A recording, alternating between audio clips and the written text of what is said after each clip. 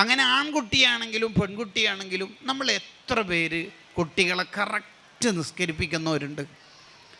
പതിവിന് വിപരീതമായി റഈസുൽ ഉലമ സുലൈമാൻ ഉസ്താദിനെ വീട്ടിൻ്റെ മുറ്റത്ത് കണ്ടപ്പോൾ വൈലത്തൂർ തങ്ങൾ ചോദിച്ചത്രേ, അതെന്താ ഇന്ന് ദർസില്ലേ, ഇന്നെന്ത് ഇവിടെ കാണുന്നു? അതെൻ്റെ പേരക്കുട്ടിക്ക് 7 വയസ്സ് പൂർത്തിയാകുന്ന ദിവസമാണ് ഇന്ന്, നിസ്കാരം കൊണ്ട് കൽപ്പിക്കാൻ വേണ്ടി വന്നതാണ്. സുബ്ഹാനല്ലാഹ്. കണ്ടോ, ഇതാണ് സുന്നത്ത് ജമാഅത്ത് എന്ന് പറഞ്ഞാൽ. ഇതാണ് സുന്നത്ത് ജമാഅത്ത് എന്ന് പറഞ്ഞാൽ.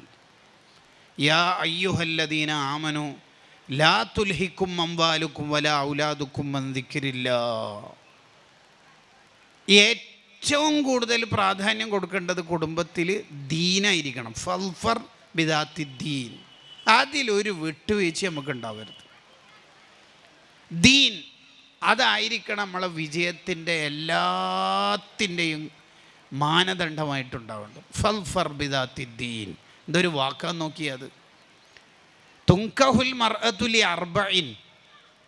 പെണ്ണ് കല്യാണം കഴിക്കപ്പെടുന്നത് പൊതുവിൽ 4 കാര്യത്തിലാണെന്നാണ്. അല്ലാണ്ട് ആ ഹദീസിൻ്റെ അർത്ഥം ഇനി പറയാൻ പോകുന്ന 4 കാര്യത്തിന് വേണ്ടി പെണ്ണിനെ കെട്ടണം എന്നല്ല. തുങ്കഹു എന്ന് പറഞ്ഞാൽ ഗാലിബൻ, പൊതുവിൽ ആൾക്കാർ കല്യാണം കഴിക്കുമ്പോൾ സൗന്ദര്യം, തറവാട്, സമ്പത്ത്, ദീനൊക്കെ നോക്കാറുണ്ട്. പൊതുവിൽ അങ്ങനെ നമ്മളെ നാട്ടിലുള്ള ഒരു നാട്ടാചാരം. പക്ഷെ 3 നോക്കേണ്ടത് ഫൽഫർ ബിദാത്തി ദീൻ.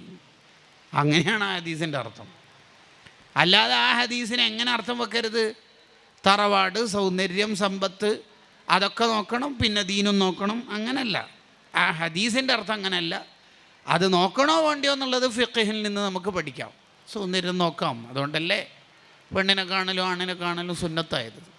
പെണ്ണിനെ കാണൽ മാത്രമല്ല സുന്നത്ത്, പെണ്ണ് ആണിനെയും കാണൽ സുന്നത്താണ്. അല്ലാണ്ട് കാരണന്മാർ ഞാൻ ഒന്ന് കണ്ടിന് കെട്ടിയിരിക്കണം അങ്ങനെയൊന്നും പണ്ടത്തെ പോലെ ഇപ്പം എന്തായാലും പറ്റൂല. അത് ശരിയായ രീതിയും അല്ല എന്ന ഇടയിൽ ഓർമ്മപ്പെടുത്തുന്നു. വിഷയത്തിലേക്ക് തിരിച്ചു വരാം. അപ്പോൾ നമ്മുടെ കുടുംബം ബറക്കത്തുള്ള കുടുംബമാവണം. അതിനെന്ത് വേണം? ദീനായിരിക്കണം നമുക്ക് മാനദണ്ഡമായിട്ടുണ്ടാവേണ്ടത്. വിശന്ന് പട്ടിണിയിൽ കിടക്കുന്ന കാലത്തും അപ്പുറത്തെ വീട്ടിലുള്ള ഈന്തപ്പന മരത്തിൽ നിന്ന് കാറ്റടിക്കുമ്പോൾ വീശുന്ന ഈത്തപ്പഴം എൻ്റെ മക്കൾ കഴിക്കരുത് എന്ന നിർബന്ധം കൊണ്ടാണ് അബൂ ദുജാന റളിയല്ലാഹു അൻഹു സുബ്ഹ് നിസ്കാരം കഴിഞ്ഞ ഉടനെ ദുആക്കിരിക്കാതെ പോകുന്നത്. വീണ് കിട്ടിയ സാധനം എടുക്കാൻ പറ്റുമോ ഇല്ലയോ എന്നുള്ള ഫിഖ്ഹിൻ്റെ ചർച്ച നടക്കുമ്പോഴാണ് ഈ ചരിത്രം ഇയാനത്തു ത്വാലിബീൻ കൊണ്ടുവരുന്നത്. വീണ് കിട്ടിയ സാധനം എടുക്കാൻ പറ്റുമോ ഇല്ലയോ? എടുക്കാം, പറ്റുന്ന ഘട്ടങ്ങളുണ്ട്. അങ്ങനെ എടുത്താൽ ഉള്ള ഹുക്കുമുകൾ ഇതൊക്കെ പറയുന്നിടത്ത് ഈ ചരിത്രം കൊണ്ടുവരുന്നു. സൂക്ഷ്മതയുള്ള ഒരു സ്വഹാബിയുടെ ജീവിതം. മക്കൾ നന്നായി കിട്ടണമെന്ന നിർബന്ധം കൊണ്ട് വായിലിട്ടിരിക്കുന്ന ഈത്തപ്പഴം വലിച്ചെടുക്കുകയാണ്. എന്തേ? ഹലാലല്ലാത്ത ഒന്ന് എൻ്റെ മക്കൾ കഴിക്കരുത് എന്ന നിർബന്ധം കൊണ്ട്. ഇതാണ് നമ്മളെ കുടുംബത്തിലെ ഏറ്റവും പ്രധാനമായിട്ട് നമ്മൾ ശ്രദ്ധിക്കേണ്ടത്.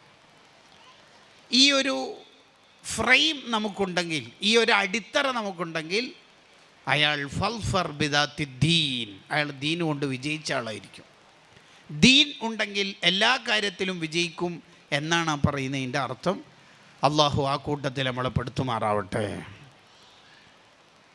ഇനി അതിൻ്റെ രണ്ടാമത്തെ പാർട്ടിലേക്ക് ഞാനൊരു 5 പാർട്ട് പറഞ്ഞ് പെട്ടെന്ന് അവസാനിപ്പിക്കുക. രണ്ടാമത്തെ പാർട്ട്, ഇനി കുടുംബത്തിൽപ്പെട്ട ഒരാൾ ദീനനുസരിച്ച് ജീവിക്കുന്നില്ലെങ്കിലോ? അതാണ് അടുത്ത പാർട്ട്. അങ്ങനെ ഒരു സാധ്യത ഉണ്ടാവും.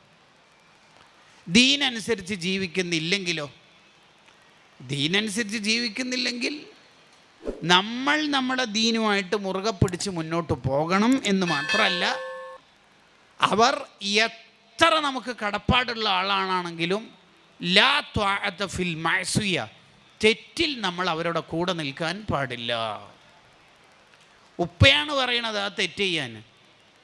ഉപ്പാനെ ബഹുമാനിക്കണമെന്ന് പഠിപ്പിച്ച അള്ളാൻ്റെ മേലെ കയറാൻ ഉപ്പാക്ക് കഴിവില്ല എന്ന് നമ്മൾ തിരിച്ചറിയണം. അത്ര തന്നെ. ലാ ത്വഅത ഫിൽ മഅസിയ, തെറ്റിലാരെയും വഴിപ്പെടേണ്ടതില്ല.